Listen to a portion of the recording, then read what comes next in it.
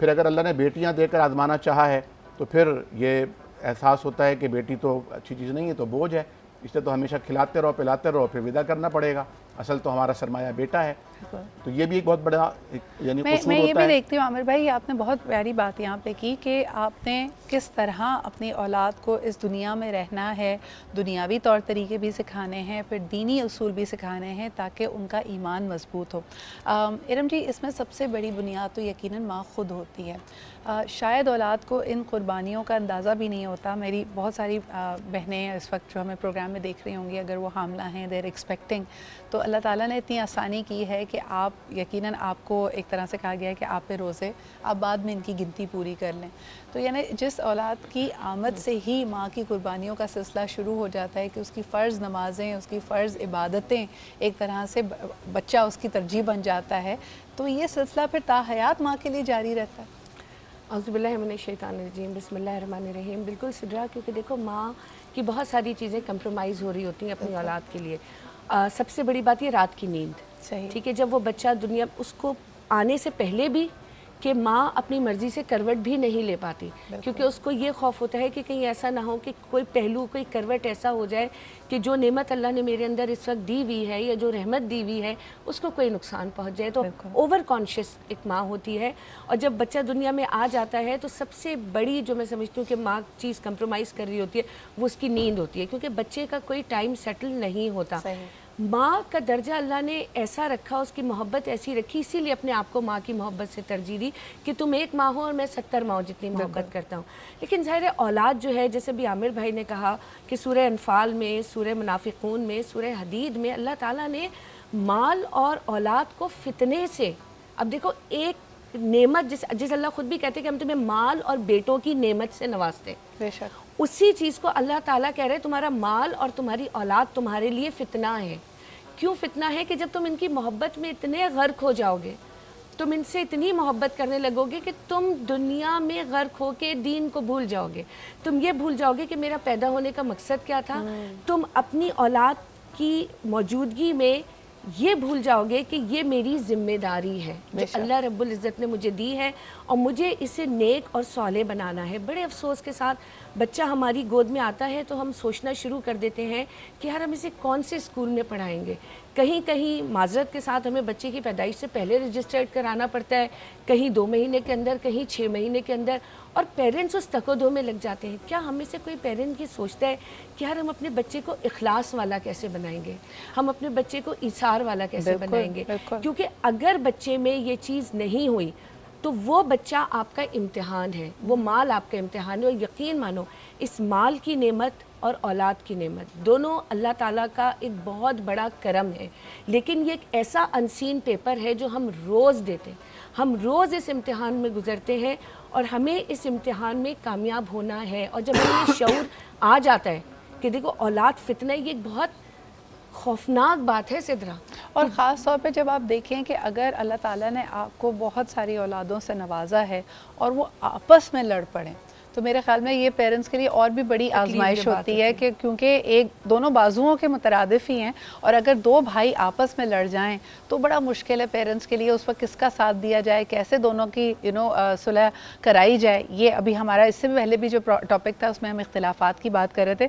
سعد بھائی، یہی سوال میں آپ کے پاس لے کے آنا چاہوں گی کہ جب نہ جانتے ہوئے، نہ دانستہ طور پہ جب اللہ تعالیٰ آپ کو اولاد سے نوازتا ہے یا وافر مقدار میں آپ کے پاس مال موجود ہے، تو انسان نہ چاہتے ہوئے بھی کہیں نہ کہیں اس میں غرور اور تکبر آ جاتا ہے۔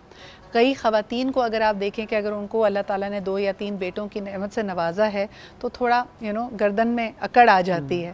تو ان چیزوں سے کیسے بچا جائے؟ اور یہ میرے خیال سے صرف خواتین ہی نہیں، مرد حضرات بھی، اولاد نرینہ کے لیے خاص طور پہ ہم اپنے معاشرے میں یہ غلط روایات دیکھتے ہیں کہ اپنے آپ کو دوسروں سے برتر سمجھنے لگتے ہیں، اور کئی دفعہ لوگوں کے ساتھ برے رویے سے بھی پیش آتے ہیں، خاص طور پہ اگر خاندان میں کسی دوسرے کی بیٹیاں ہیں تو اپنے آپ کو اس سے برتر تصور کرنا، کوئی دل آزاری والے جملے کہنا، اس پہ میں چاہوں گی کہ آپ بیان ضرور کریں۔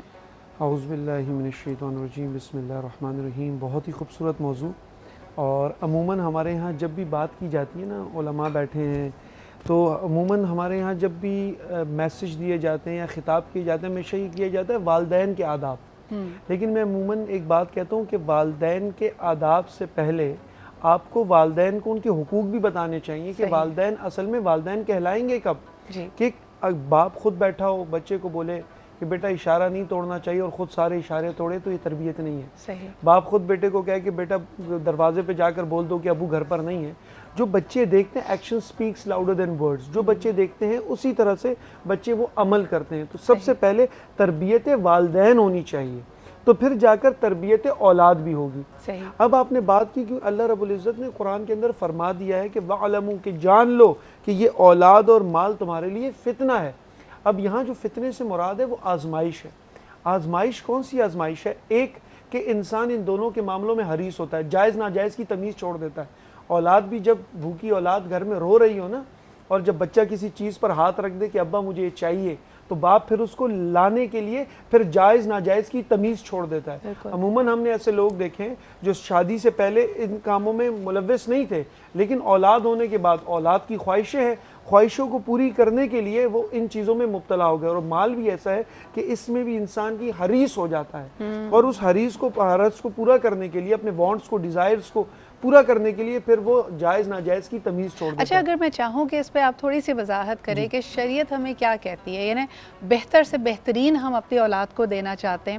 آج کل جو دور حاضر ہے اس میں والدین کو بھی اسی پیمانے پہ ناپا جاتا ہے کہ ابا آپ نے کتنا بینک بیلنس بنایا، کتنی کوٹھیاں جمع کی، کتنے پلاٹ آپ نے جمع کیے، مجھے باہر پڑھنے کے لیے بھیجا ہے نہیں بھیجا، ایٹسیٹرا۔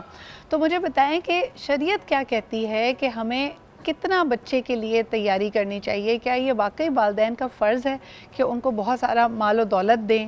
تو پھر اولاد نے اپنے لیے کیا کمانا ہے؟ ہر چیز اس کو وراثت میں ہی ملنی ہے کیا؟ جی، اس حوالے سے میں بس اپنی بات کو کنٹینیو کر کے اسی طرف آتا ہوں کہ مال بھی ایسا ہے کہ اس حوالے سے بھی انسان لالچ کرتا ہے۔ ایک تو آزمائش کی کیفیت یہ کہ جائز ناجائز کی تمیز چھوڑ دیتا ہے، دوسرا کہ دونوں چیزیں انسان میں تکبر کو پیدا کرتے ہیں۔ مال بھی جب زیادہ ہو تو ایک تکبر کا عنصر آ جاتا ہے، اسی طرح اولاد بھی جب زیادہ ہو تو ایک تکبر کا عنصر انسان کے اندر آ جاتا ہے۔ اور آپ نے بات کی بالکل شریعت میں کہ اپنے بچوں کے لیے مال کو چھوڑنا چاہیے، لیکن اس سے پہلے ان کو اس کا اہل بھی بنانا چاہیے کہ میرے بچے اس مال کا تو نے استعمال کہاں کرنا ہے۔ یاد رکھیے گا کہ شیر جو ہے اپنے بچوں کو شکار خود سکھاتا ہے، تو آپ نے اگر اپنے بچے کو شیر بنانا ہے تو آپ نے اس کو خود سکھانا ہے کہ بیٹا اصل میں مال تو یہ ہے، لیکن اس مال کا استعمال جو ہے، یوزیج جو ہے، اسلام نے ہوم سائنسز بڑی خوبصورت آپ کو ایک رشتے بتا دیے کہ آپ نے اپنا گھر کیسے، آج تو باقاعدہ باہر ملک میں پی ایچ ڈیز ہو رہی ہیں ہوم سائنسز کے اوپر، لیکن یہ جو جتنا گھر کا کلچر ہے نا، یہ اصل میں اسلام نے ہمیں سکھایا ہے